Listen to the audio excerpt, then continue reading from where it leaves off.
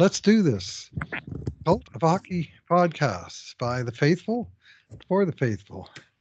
I'm Bruce McCurdy of the Edmonton Journal's Cult of Hockey, and I'm here tonight with Ira Cooper, friend of the blog, popularly known as Original Posar, on a X feed or comment section near you. And welcome to the show, Ira. Nice to see you. First time this year? Yeah, my first one this season, actually. Yeah. Well, thank you for having me, and a great night to talk to oil country, isn't it? Turned out to be. Sure didn't start out that way, did it? Not at all. 8 minutes in, it was quite demoralizing. I'm generally trying to maintain my optimism in the long term, and about 8 minutes into the first period or thereabouts, I said to my wife, I think we're cooked Hmm. because nothing was going right. And it was like, I said nothing was going right. Anyway, we'll talk more about that when we get to the bad things. Don't need to dwell on it here. And because ultimately Edmonton won this game rather decisively, actually, 5-2. The first game of the series with an empty net goal, but still the first game of the series to be decided by more than one clean goal, not counting the empty net goals, and a deserved win for Edmonton, who outshot Vancouver 29-22. It's not Vancouver. I'm still in the last series. Dallas. Last podcast I was in Vegas, so at least I'm back into this year now. Well, Vancouver would never get 22 shots on net in a Okay. game. 29-22 in shots. Edmonton out hit the Stars by 47-23. Wow. Pretty impressive when you consider how often Edmonton had the puck. Exactly. And Edmonton played with real edge and intensity, I thought, in this game. And we also had, it'll take me a minute to get up the grade A shots, but we will, Edmonton did have the advantage in grade A shots. I think it was 14-10 Hmm. and 7-3 in 5 alarm shots, I think was the count tonight. And What was it? What was it in the third period? Do you have that up yeah, there? it was about 4. Edmonton only had, I think, 1. It's very low event, but did Dallas have Dallas had more? Dallas had 1, 2, 3, 4, and Edmonton had 1. Really? Okay, that's a higher Yeah, number than I thought. I thought they locked it down better than that. yeah, they did. They did for the most part, and it was just, and one of them was late after it was 5-2. That didn't matter. So, anyways, the grade A shots, yeah, 14-10 and 7-3 in 5 alarm shots. So they didn't really give them anything like super dangerous thing close to the net. Hmm. And so, anyway, that's one of many good things about this game, in which we are going to detail 2 each. And of course, Ira, as our guest tonight, you go first. What's your Oh, first good thing? good thing. Were there any good things from this game? I think we could probably do four or five each, but Yeah. I think I'm going to start with the head coach, Knobloch, who I think generally oil country is quite happy with his work since he was hired in November. Not a lot of major mistakes. You can't argue with his record, but he actually started to take a little bit of heat, I thought, over the Last last game. Yeah. 24 48 hours, and even in the minutes leading into this game, there was many that thought that they should go back to Picard, putting McLeod back in, and then putting him back, not just in the lineup, but in the top six, along with Corey Perry, not just back in the lineup, but in the top six. So lots of criticism, but pretty much everything he touched turned to gold tonight, which included, You know, can you imagine the first goal of the night? Ryan McLeod, and assisted by Darnell Nurse and Corey Perry, of all things. So Out of the doghouse, alias. exactly, and Nurse's doghouse was growing even larger after the first 10 minutes. Yeah. Not that he was really culpable on either, but again, now he's got minus 14. Anyways, but it wasn't just that. Like Knobloch had the, I guess, cojones, if you want to say, to not just put those guys back in the lineup, but put them in the top six and knock Evander Did Kane not down, see who that I coming. thought, and Evander Kane was, if I had to pick a bad thing for another player, he would probably be the one.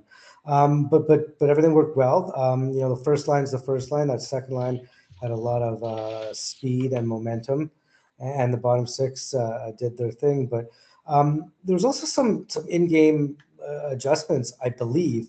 The first period, and we'll talk about probably how poor it started, but there was that stretch pass. And I'm not a systems guy, but I keep hearing about the weak side forward blowing the zone, and them doing that stretch pass and the flip out, and they were getting odd man rushes, in the first 10 minutes, or close to odd man rushes consistently, and it just kept happening. I was thinking to myself, that's what happened last game. Why hasn't Knobloch adjusted? And I don't know if he did, but all I know is it just stopped.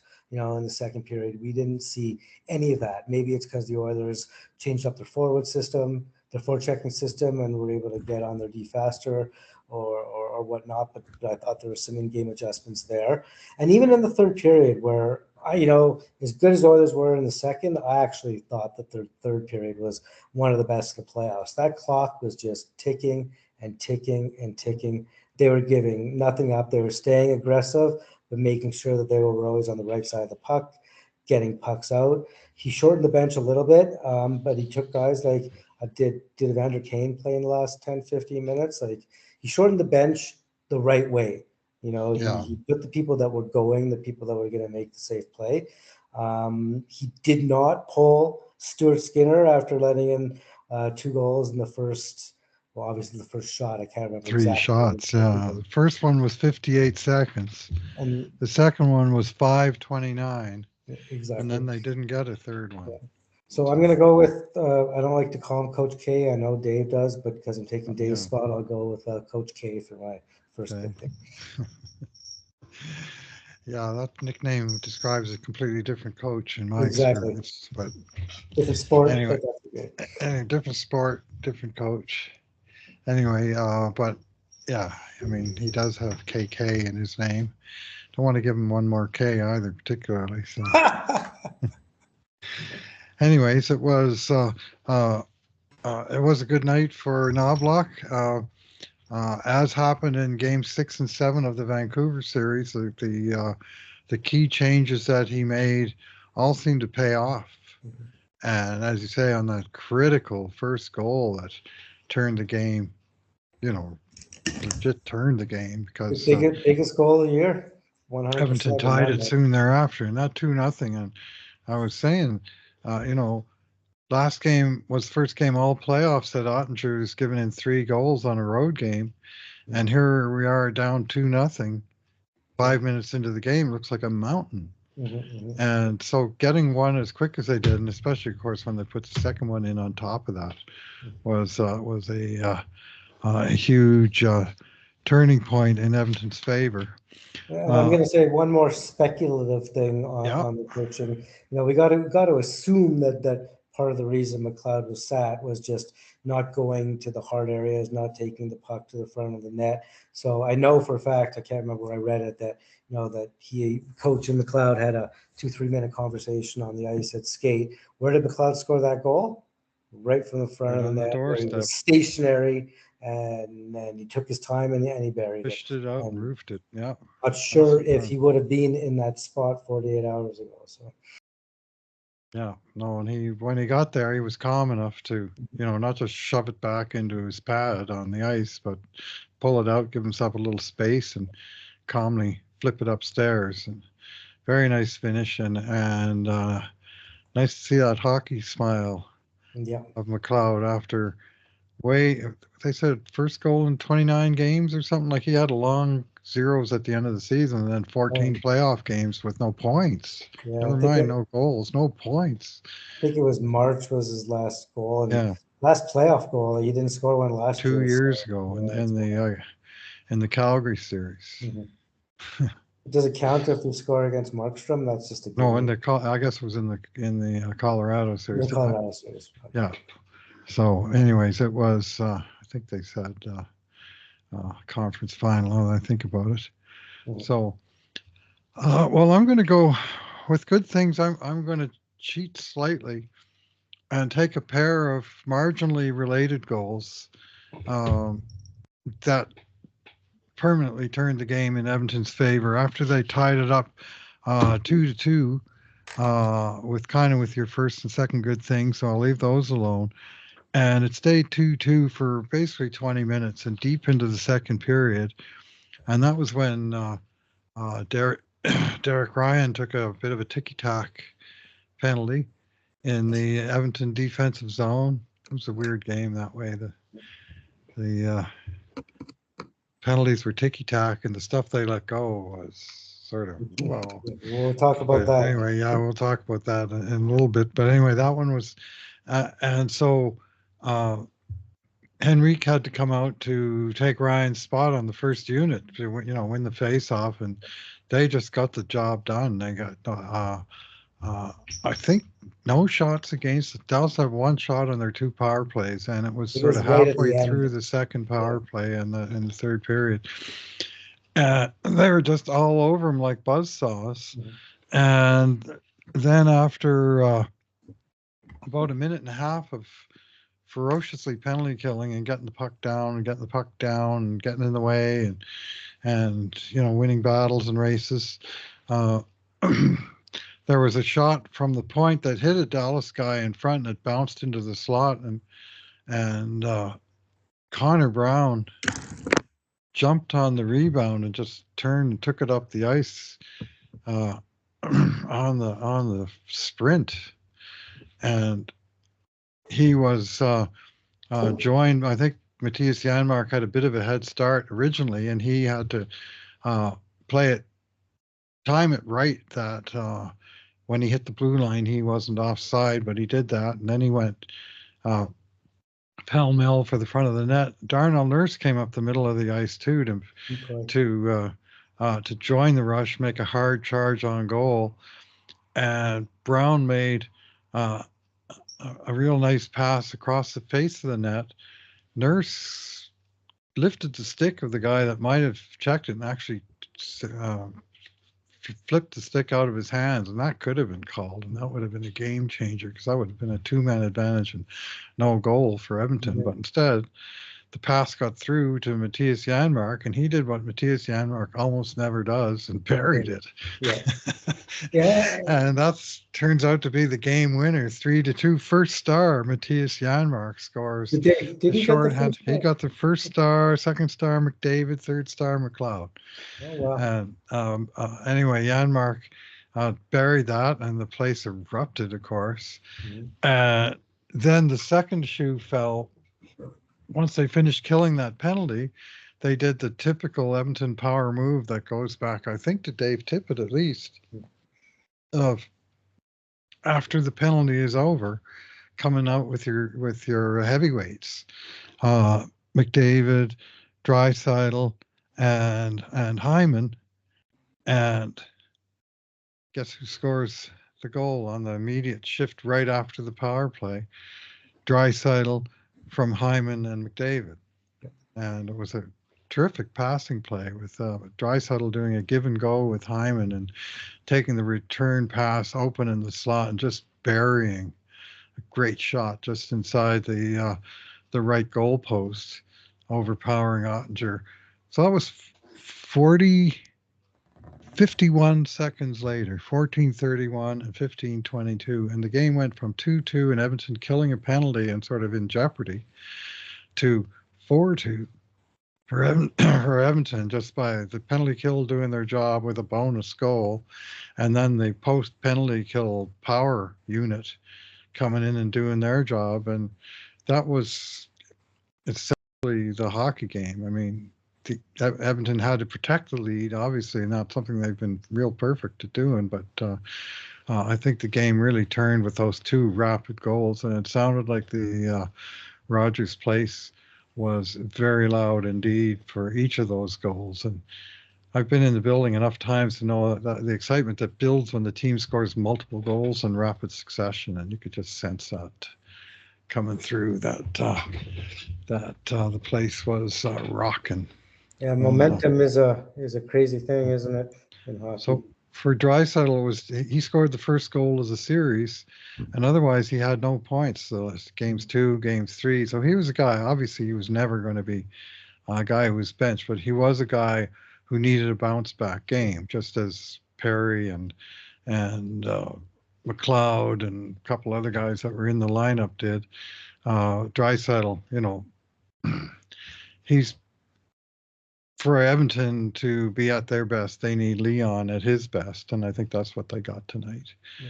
And he certainly made it count on that play with that 4-2 goal. So that sort of 1 minute interval, I guess 2.5 minutes, counting the whole penalty kill and then the bonus, 5-on-5 right after, is my first good thing. It was really good to see the post penalty kill power up actually work, because they've been doing that for a while. And I didn't think that it was doing much in the playoffs. The post kill McDavid drive, they weren't really creating zone time and momentum. But only takes one. And right. I don't want to say it salted the game away, but that was some important insurance. And I felt a lot more comfortable at 4-2 than I would have at 3-2. I can tell you that. Absolutely. So what you got for a second good thing? Oh my goodness! Part of me wanted to pivot to the Connor Brown heater, but I'm gonna stick with Evan Bouchard. I believe that through the course of 2.5 rounds, Evan Bouchard has been the best player for the Oilers in the series.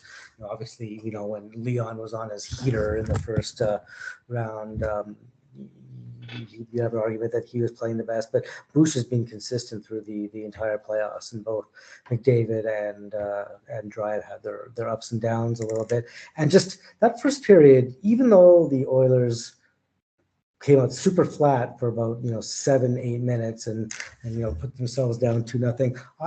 I can't recall seeing a defenseman control the flow of play like Evan Bouchard was. He plays half the game, or 2/5 to half the game. He has the puck on his stick multiple times every shift, and he was just making play after play after play, whether it was a quick turn on a zone exit, a stretch pass, a shot on net, a fake at the blue line. He was just all over the game. And, I don't, this is a lot of Oilers faithful are not going to like this one, but it was prime Erik Karlsson, like a little bit, not the same style. Like obviously he's not that type of skater. Karlsson's a skater, but just the way that it's rare to see puck goes through his stick all the time. Exactly. Like I'm not sure another defenseman can do that except maybe Makar and Adam Fox, maybe Quinn Hughes. But like Bouchard with the added size, they're in the right league for sure. He's had 2 bobble games. One was recently in like the last 3-4 months. The guy hasn't just turned into a serviceable defensive player.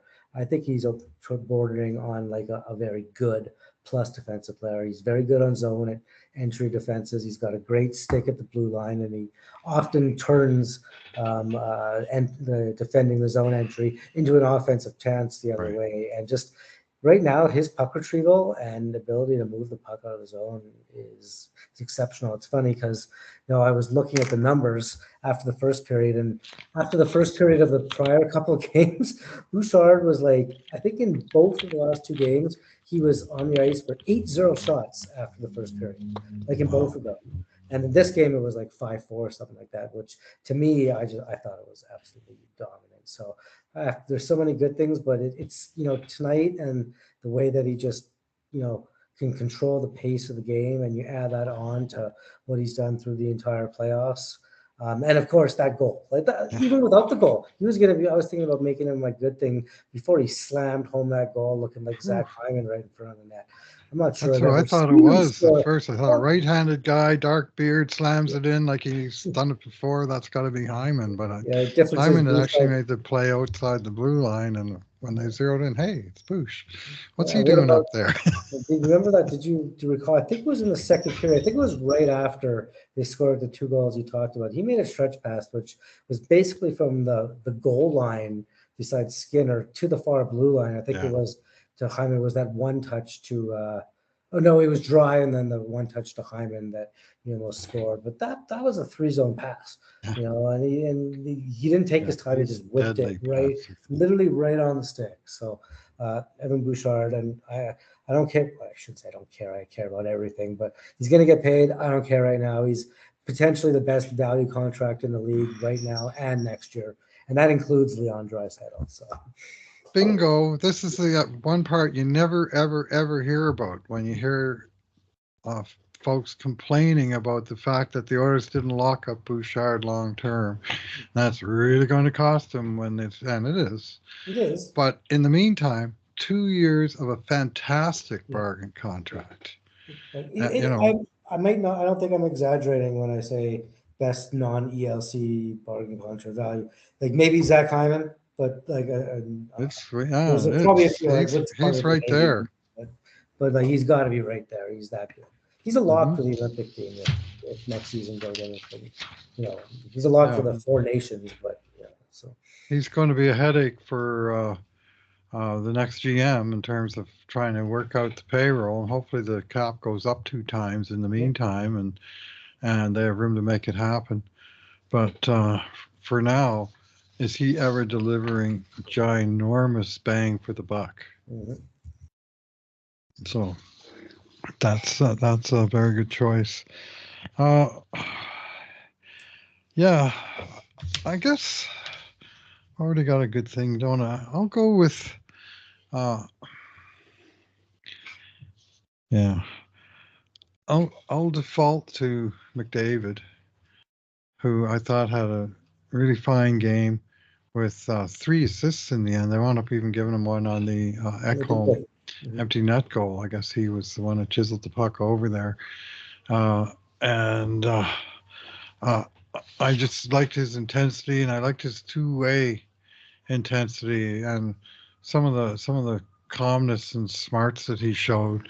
Well, the assist on the Bouchard goal was they talk about shot pass. Well, that was a shot, uh, deliberate shot for a rebound type pass. Just fired it low into the stick side pass, and Ottinger had really no choice but to kick it back out into the slot where Bush was waiting to slam it home. And then he was involved, made a really nice play in the neutral zone to chip the puck up to Draisaitl on the 4-2 goal. So offensively, but I liked his uh, I liked his puck management, and there was 2 or 3 times in the third period where I would have thought that's a situation where Connor would normally just go for it, and you could see that he was playing the clock and playing the score. Especially the third period, yeah. Chipping, third period especially is and chipping pucks in deep and not making passes with any kind of dangerous element to them, and making his line changes on time if not early, and playing the team game, the long game, and leading the team in that fashion. Because this is a team that's had its issues protecting leads, but when the big guys are buckling down and looking after those small details, it's I will say he played a great game for 59 minutes. Okay. I'm not sure what you have on your scoring chances, but the first goal, his play in the neutral zone combined with Kulak's pinch, maybe was. I think I think he might be a little culpable, but I think like even if he wasn't culpable, I And looked at that. I think I'd have to go back and look at it, but he was right there. The goal was scored right in front of him, and I think he took it to heart, saying, "No, we can't have this happen again." And then he upped his intensity. No, not that he wasn't non-intense on that play, but I think it went up another notch after having that goal scored right in front of him. yeah, well, we'll go with that with my bad thing. I'll go first because I'm going to talk about the very beginning part of the game. Okay. So it happened first, and I mean, you might as well start with that first shift and talk about bad omens when that it was second shift of the game because the new Draisaitl, McLeod, Perry released the Hounds line Mhm. was started the game and there was like four face-offs in the first Oh, 10 seconds. It seemed like they painful couldn't first get minute. it going. Yeah. And then they put out McDavid and the second pairing of Kulak on the right side with Nurse. Kulak's the left shot defenseman who's making the switch to the right side because they had four lefties and two righties tonight, which they haven't had all year because they've been running the same six guys all year. And wouldn't you know, on the very first shift, Kulak got sucked out of position playing his unfamiliar side. And I think maybe he thought, and correctly, that McDavid was behind him and going to cover the play, but McDavid had a different idea in terms of the structure. I'm not sure he did anything wrong, but what he Yeah. didn't do was have Kulak's back when the puck did, get, it was kind of a bit of Like a fluky pass. I think it mob kind of pass, popped but up and over him. And wouldn't you know, it's behind Kulak. McDavid's going the wrong way. There's one guy back, Darnell Nurse, the minus yeah, magnet.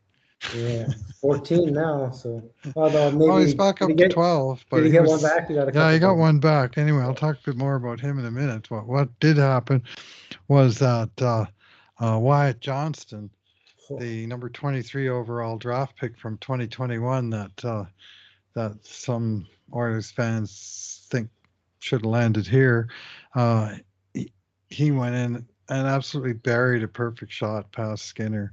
1-0, 58 seconds into the game. And what a I mean, shot! poor Skinner, like he had no chance on that shot. Yeah. It was a perfect shot right Yeah. inside the post from. Twitter says different, but No, of course it it's does. Twitter says stuff. yeah. And it's gotten to the point where I just avoid it altogether during the game because it's hysterical and not in a good way. Um, anyways, Johnson buried it. He looked like a sniper, and guess what? He's a sniper, and he sniped. Yep. And so that was a bad start. And then just when you think it couldn't get any worse, 1-0 and kind of going nowhere, and then they had just a nothing play off a face-off. Ryan lost the face-off. The puck came back to Asa Lindell on the point. Not exactly unlike Wyatt Johnson, not a deadly goal scorer. And he fired an outside shot into traffic. Uh, and Darnell Nurse was doing the right thing, boxing out his man at the side of the net. And the second game in a row, the puck found his rear end, only this time it Yeah, bounced no, off his butt and right into like this tiny hole that, and again, I'm sure some probably blame Skinner for not seeing it coming or, not covering everything, even though it was just out of nowhere, a sudden weird deflection. I just found the exact spot, the little gap between his blocker and his stick and the inside of the post and it did go off in the Nurse, net. right? Huh? Stankoven, that wasn't Stankoven's stick, right? Like, No, no, it was yeah, Nurse's rear yeah. end, is what it was. And the official scoring play was Lindell from Heiskanen and Ben. Hmm. Stankoven was there, Yeah. but he was only peripherally involved. He was getting boxed out by Nurse, who made Stankoven pay several times Very in this many game. times. He really had number 11 in the sights 2 or 3 times. Nurse did in this game. We'll talk more about that later. But here at this point, he is minus 14. Yeah. And you're thinking, is this ever going to end? Like he's the absolute king of pucks deflected in his own net. And sometimes there's, poor positioning or he, deflects a shot that, but this was just absolute sheer malice of the hockey gourds. Does it get any, could it have gone any worse than, bad pinch by a defenseman, first shot Playing the goal wrong against, side. Yeah. followed up by a, puck off Darnell Nurse that Skinner maybe kind of could have Yeah. stopped. We can It blame doesn't get, everybody, it doesn't get everything including the that, coach. yeah, We can just exactly. we can just get out the big broad brush Yeah, and go after all of them. yeah, And I can only imagine I mean, we were all pretty sour at that moment. Like I said, I thought maybe they were cooked because it just nothing was working. And to their credit, all of them, including Darnell Nurse, bounced back and played way better is yeah, after that. But that first 5.5 minutes for the goal, and maybe a couple more minutes thereafter, where they were going nowhere, and it seemed like, oh no, this is going to be 5-1, and it's just it's just yeah, Dallas is just at another level. It seems like for whatever reason they're getting the goals. Anyway, good as defensive team as Dallas was, Edmonton hung a 5 spot on them in the yeah, end and didn't give up any more. So the bad exactly. thing was really the only sort of significant bad thing uh, from the game was that early stretch, plus whatever it is going to be your bad thing next. Yeah, and as you mentioned, like tough to pick anything from what the Oilers did as a team, or even you could always pick out an individual here or there, but I'm not going to do that on a night like this. And I'm going to go in a win to. I'm not going to go with the officiating necessarily, but just the. I was going to go. The bad thing itself was the dirty hit on Evan Bouchard by, I believe it was Jason Robertson with, Oh. I don't know, 2 or 3 minutes left, Two and minutes left, about 8 seconds yeah, before the empty net goal. right in the numbers, a foot from the boards. And it wasn't a play where Evan Bouchard turned at the last minute. Oh, It wasn't a play where he was going and he couldn't stop. And I think he even leapt a little bit too. Like it wasn't vicious. It's Jason Robertson. I think he weighs about tried to hit him 165 hard. pounds. But like it was an intentional shoulder right to the back of the numbers, and His Bouchard's head face went into the was. glass. And I do there's the only one possible reason I could see why that wasn't called was, like Bush whipped his, and maybe he did embellish it a little bit, but then that's why. But Maybe I his think it was head just a natural bounced. reaction. But it looked like an overreaction, even though I don't think it was. I think But his head just like bounced off the that, glass that hard. parlay that on the, and Twitter and Oilers Nation are calling it a butt end. The one in the, I can't On remember who it was, Draisaitl? to Dry's face. I don't actually think it was a butt end because I think it was with the glove. I don't think the butt end of the stick. But either way, it was a glove, high, potentially right to the face. They don't call that. They don't call the hit from behind. They call the ticky tack hold on Derek Ryan, and whatever that was that Zach Hyman apparently did. And He touched the puck, and then the guy tripped over his stick right after. And and I Hyman, like don't, about 3 minutes earlier, had absolutely run a guy into the boards from behind. The guy yeah, turned a little bit into the hit, but to me, like he got him with the kind of the two-hand cross check yeah, from behind into the glass. I couldn't believe they didn't call that, yeah, yeah. and they didn't. And then they called ticky tack, like a Exactly, couple minutes later. and that's, I just don't understand. And at the end of the day, the Oilers won. The but when they called that ticky tack call and Hyman late, it's like, well, here you are. There's 6 7 minutes left. They're gonna the penalty kill can't kill them all off. They're gonna get one, and it's gonna be a Hmm. tire fire for the next And, five yeah. minutes. But that was an exceptional penalty kill once again, as you say. So maybe the refs did the Oilers a favor. Well, they missed the one. They could have called that one on Nurse, which would have changed everything because it would have took that Yeah. shorthanded goal off the board and give Dallas, I think, 40 seconds at I five on originally three, and it thought was, that he threw a stick. I'm like, yeah, he like what's threw a that stick stick because flying in the air? Janmark had to, it wasn't the perfect pass, so I think it was a little too far in front, and the stick was flying right through Hmm. or it seemed to be, so it was great concentration. But Plus, anyways, I don't want to harp on the yeah. rest too much. I actually Well, didn't think it was a terribly officiated game, except for there was just a couple egregious hits, one really egregious. They weren't called, yeah. and some ticky tacks that were, and I just. I don't. I'd like to give the refs the benefit of doubt that it's not pure intentional game management, but sometimes it's tough not Right. the case. Well, my comment to David Staples when we were doing the scoring chance document together, and he was watching the game live. He's just not in the position he can write about it just now. He's out of town. But he certainly was watching the game, and we were doing the scoring chance, our grade A shot document together. And I just dropped a comment in there about stochastic officiating, or just sort of randomly out of, okay, that's a penalty. Yeah. Oh, some guy is, bleeding on the ice. Well, nothing happened there, obviously, but some guy falls in the corner. God forbid, puck got flipped over the glass. That's always a penalty. Yeah. It just seems like the ones that they're calling uh, are the furthest things from the dangerous fouls. Do And you as really mentioned, they think missed the one that's on going Hyman. in the They Oilers' missed. favor, though?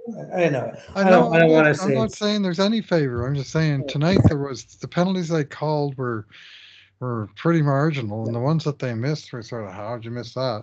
Yeah. And the one on Bush, but it didn't matter. Dallas never got the puck back, and it would have been canceled anyway with the empty net goal. But Yeah. it was in the moment I was angry because I thought 2 minute penalty, even 2 minutes there, and the game's over because the Oilers got a 2-goal lead then in the power play and the face off in the other end. And anyway, Ekholm put it to bed with some pretty kind of karma. Yeah. Two games in a row, Lindell and Dallas Heiskanen, yeah. Dallas left defensemen shot from like deep in their own left defensive corner, hit the middle of the empty net, both of them. And then Ekholm tonight, basically the same shot under pressure, Yeah. and he lobbed it up and over, and he hit the middle of the net. And they all even happened at the same, almost exact time of the game. The one by Lindell was at 17:57 of the third, Heiskanen at 18:08 of the third, Ekholm 18:07 of the third. Like 2 minutes left, and the guy, just makes a left defenseman makes a, not quite a miracle shot, but a very long shot into the open net from distance, and sort of 3 games in a row the same thing happened. But this was a game where things that happened to Edmonton in previous games happened for Edmonton in this game, including the empty netter that sealed the deal. So we've done our bad things. So all's left is a conundrum, and the conundrum is kind of this. Numbers. Oh, thank you. We do have numbers. What's your number? Two numbers, one each. I think we both wanted the same number, so I had to pivot a little bit. Well, which is okay. I think I'm going to go with 52, which I think sounds like an odd number. Fans are always clamoring for, that 60-minute effort. They have to finally give us a 60-minute effort, and, something that you rarely see. And we didn't see it tonight, but I think we saw a 52-minute effort. It was about the 8-minute mark of the first period, 8 minutes in, and I remember Ray writing a post on one of the platforms saying, I think the Oilers as a team are starting to find their legs because they, put a couple shifts together, before, the back-to-back goals happened. And for me at that point, and really starting with, 8 minutes in, 52 minutes left, I think they took over that game. The grade A scoring chances and the 5 alarm and the possession sets don't show it as pure domination or anything, and maybe dominant is too strong, but I really think the Oilers controlled that game for 52 minutes, and they put in a patient, structured effort for the entire rest of that game, culminating in what I thought the third period being their best period of the playoffs. Up and that clock was just tick tock, tick tock, tick tock. Just kept going down and down. Few whistles. Puck got into the Oilers zone. Puck got out of the Oilers zone. They had some pressure in the offensive zone. It wasn't just coming right back. They gave up very few, if any, high dangers. I think there may have been one right near the end, maybe even after the empty net goal was scored. And they locked it down, but it was a culmination of something that was building for the last 52 minutes of the game. And I'm super heartened by the way they were able to lock that down. Maybe Dallas ran out of a little juice. Maybe they got tired, and maybe illness is going through their room, but they had no pushback. I shouldn't say no pushback.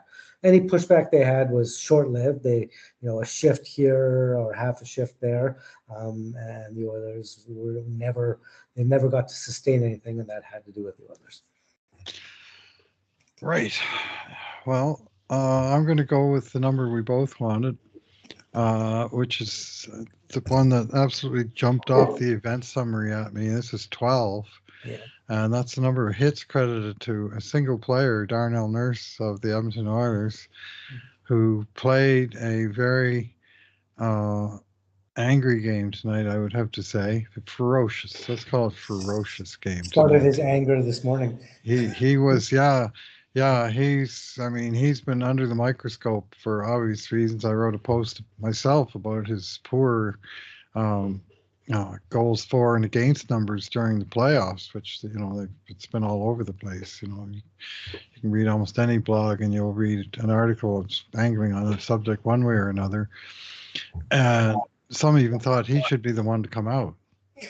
Never going to happen. That was never going to happen. Never going to happen. Nor should it happen. Yeah, well, what you want is Darnell Nurse with a bee in his bonnet, or a burr up his backside, whatever expression you prefer. And he was all of that tonight, and he played with intensity and ferocity. He had 2 crummy breaks early, and he was, the first one he had nothing to do with it, and he was already -1 about 15 seconds into his first shift. Bruce, you forget Twitter says Darnell Nurse cannot defend a 2-on-1. I'm joking. I agree with you. Probably says that. Yeah, probably says that. Trust me.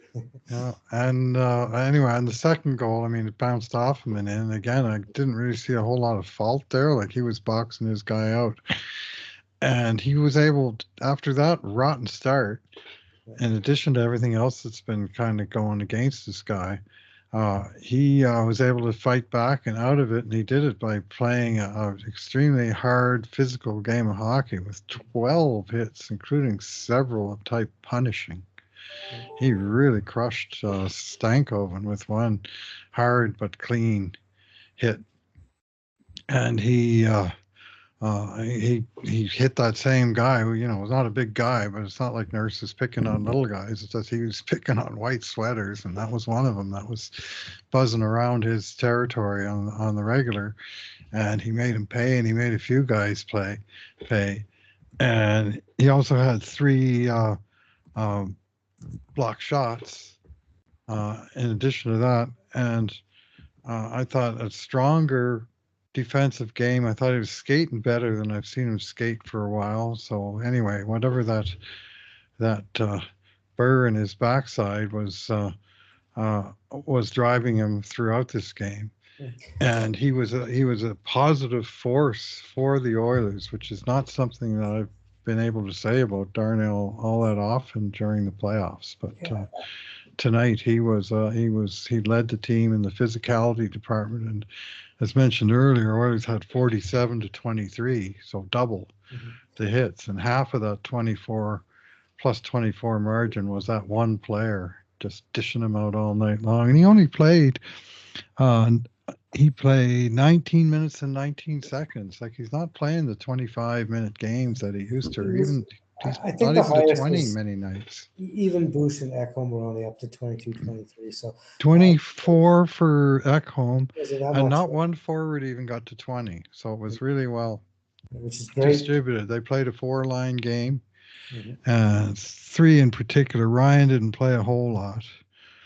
and I've got just to a assume comment. that the Stars' defense was the total opposite, especially with, I haven't looked, but with Tanev missing. Tanev went out. He got hit by a wicked Miro shot. played 24 minutes at 5-on-5, so he was 28 minutes almost. So this is a good thing with a long travel day and another game in less than 48 hours. So. Yeah, Tanev left the game in the second period after taking a wicked shot off the ankle. It looked like it either broke his ankle guard or they took his ankle guard, and he went limping down the tunnel. It was Kane that shot it. Yeah, it was Kane. Kane. Right? Wrist shot, and it just, And you think kind of limping down the tunnel, where have I seen that before? About 200 times over the course of his career. Like that's what he is and what he does, a shot blocker, and he takes a lot of punishment and he always comes back for more. Well, tonight he did not. And not that they missed necessarily him in the third period of a game. They were trying to come back because he's not going to drive the offense for that team. But they missed him, and they will miss him more if there's any kind of seriousness to that. And as you say, uh, that really lifted the load on the other four main defensemen, and especially Heiskanen, 27 minutes, and Harley, 22 minutes. So that's um, that's their problem, I guess. I mean, stuff happens. You don't want to see guys get hurt, but you know, you that's one of the things that goes with blocking shots. Sometimes you take one and it puts you out, and we've seen it happen to Oilers as well. So Yeah, so just back on just before we move on to the yeah, conundrum, just to give my couple thoughts on Nurse. yeah, I thought that was just great bounce back. Not that he was bad in the first 5-10 minutes, but everything that could go wrong did go wrong with him on the ice, and like I I'm not a Darnell Nurse hater. I've been defending him for years and years, and I know he's got his faults. But it's been tough to defend him, especially after the last few games. Like he's playing some of the worst hockey of his career, and for sure in years, for a long stretch. And you know what? He played a different game today, and I think disagree with our colleague David Staples, who I think he wants Nurse to do less. He wants Nurse just to be the best defender and not rush the puck up the ice and just protect the front of the net. I think Darnell Nurse is better when he's pushing the pace. When he's physical and when he is skating the puck out up the zone, when he is joining the rush, when he's more engaged. Yes, he's going to make his mistakes. Yes, he's going to get caught. But that is Darnell Nurse, is a little bit of chaos in his game. And I yep, think recently he hasn't been physical. He's been tentative with the puck, and yep. it's just nothing's working. And it was just piling. And today, whether it started from pushing the pace or it started from the physicality, that's the player that can help this team win a Stanley Cup. And he wasn't perfect. He iced the puck at least once on a couple missed Twice. passes. Like he's going to do that. He's never going to play the perfect game. But when he plays like he is tonight, the good outweighs the bad, in particular the physicality, and he was a big part of the win. That's the player that we need. He got an assist on the first goal, and then on the third, the shorty. It was his drive up the middle that was, Yeah. he didn't get a point, but he played a role. So in a way, I mean, he wound up even on the night, and he had more to do with the two that went in for Edmonton than for the two that went in for Dallas. Anyway, let's move on to the conundrum, and it's going to be the same one as last time. Now what? Right? You've gone through game four. You've made all these changes. You won. Do you just stick with exactly the same that what you did? You leave Jaharnay in the press box? Do you give Broberg the game? Do you leave Fogel and Carrick aside and go with the same lines and everything that works tonight, or do you tweak further? Yeah, and it's a conundrum, Yeah, and the question that kind of is what we're trying to answer with this is, how do we keep the momentum from this game into the yeah. next game? And we know very rarely does Hard to do in momentum the in the playoffs. playoffs carry from one game to the next. So how do we make sure that we come out in the first like we played that third period, for Mhm. example? Like I don't think you can take. Well, obviously, McLeod's not coming back out. I wasn't sure he should have come out to start with, but that's a player that you need in the lineup. Corey Yep. Perry's 39 years old. He doesn't have to play every night. Now that McLeod's had his reset, but Perry was a factor. Like not only was he in on that first goal, but he set up McLeod in front of the net for another beautiful chance. He made some plays. He made one beautiful defensive play, getting Two, his I saw was the defensive two. plays with a So stick breaking up dangerous passes. I'm a Warren Fogle defender, but I don't see how you can take any forward out except maybe Derek Ryan. And Derek Ryan did lose the face-off on the second goal, and he's lost a couple face-offs leading to goals. Yeah. I'm not sure how much time he had on the PK. Well, he was in the box for the It was in the first box. one. That's right. That's right. So he So only got 14 seconds on the PK tonight yeah. and 7 minutes So at even. He was the one lone Oiler below 10 minutes of ice time, and he had just 7:15. So, you can't take Ryan out unless you put Carrick in, and I yeah. don't think you can. So I think they stick with it. The one potential change, I guess, would be Desharnais back in for Broberg. But again, the PK was as good as it's ever been, and that's where Vinny has his biggest impact. So I'm not sure it's necessary. And Broberg was fine, He and was made a good. couple nice plays with the puck, and he seemed. It was impressive that he had the confidence that he did have to make some plays with not having played since April 18th or whatever it was. Maybe he played a game in Baco after that. I can't remember. But Yeah, he was. Yeah, they called him up for those last two games, and then he went back down. otherwise, his previous NHL game was literally 6 months Yeah. ago, late November.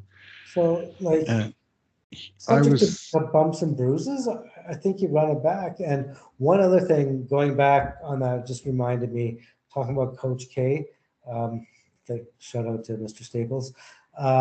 Is he made the decision not to go 11-7. He wanted Broberg in, but I hate 11-7. I think the players, especially the D group, hates 11-7. It would have been easy to go 11-7 tonight and have, kind of a little bit of cover for Broberg. So he made that. That was a tough decision, I yeah, think. oh yeah, take Just made Vinny his out choice. on his birthday. Yeah, Brutal. yeah, and on his birthday, you got to put those feelings aside. But Yeah, so yeah, that's right.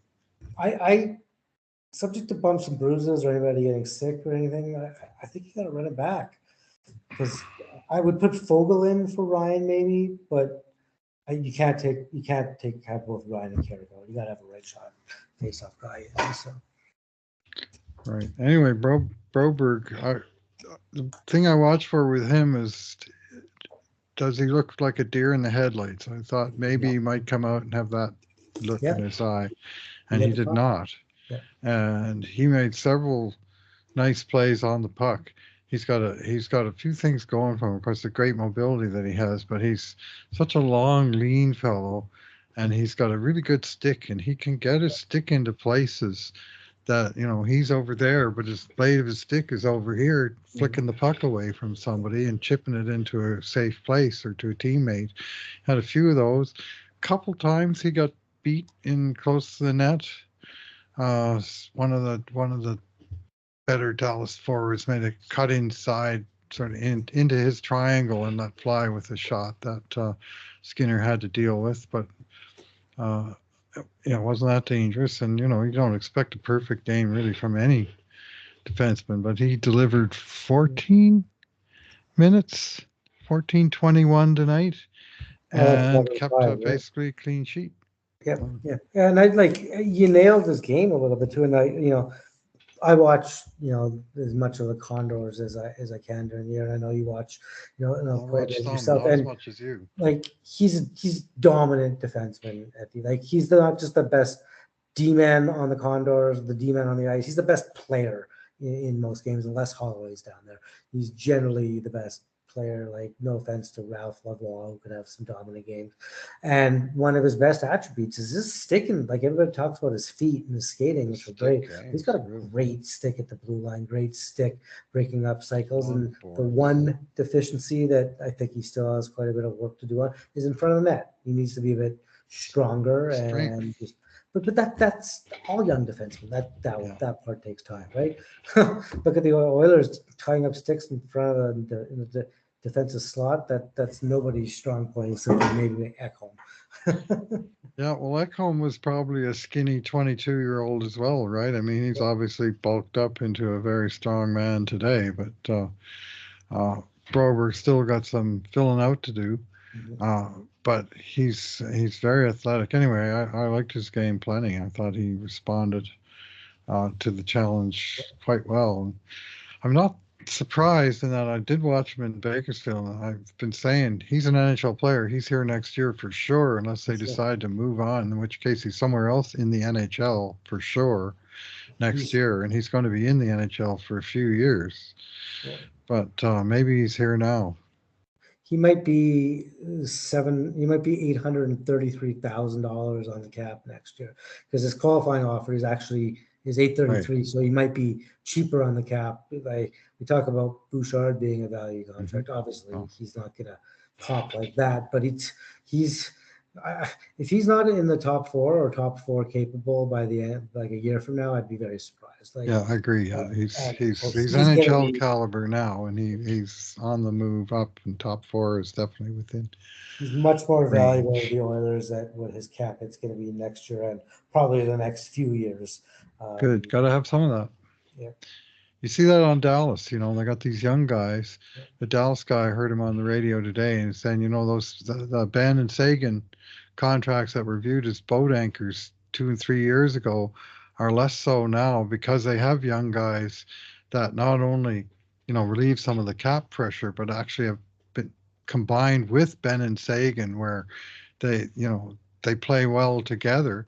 They've lifted Ben and Sagan's game, and at the same time, those veterans have helped those young kids on the way up. Pavelski would be another guy in that class as well, and they've got this Pavelski, nice balance of players on ELCs are next thing to it, with more expensive players. And Edmonton's got not enough of these young guys, but tonight they had Holloway and they had Broberg in there that are Holloway's on good. ELCs. So Holloway's board battles in the third period are so good.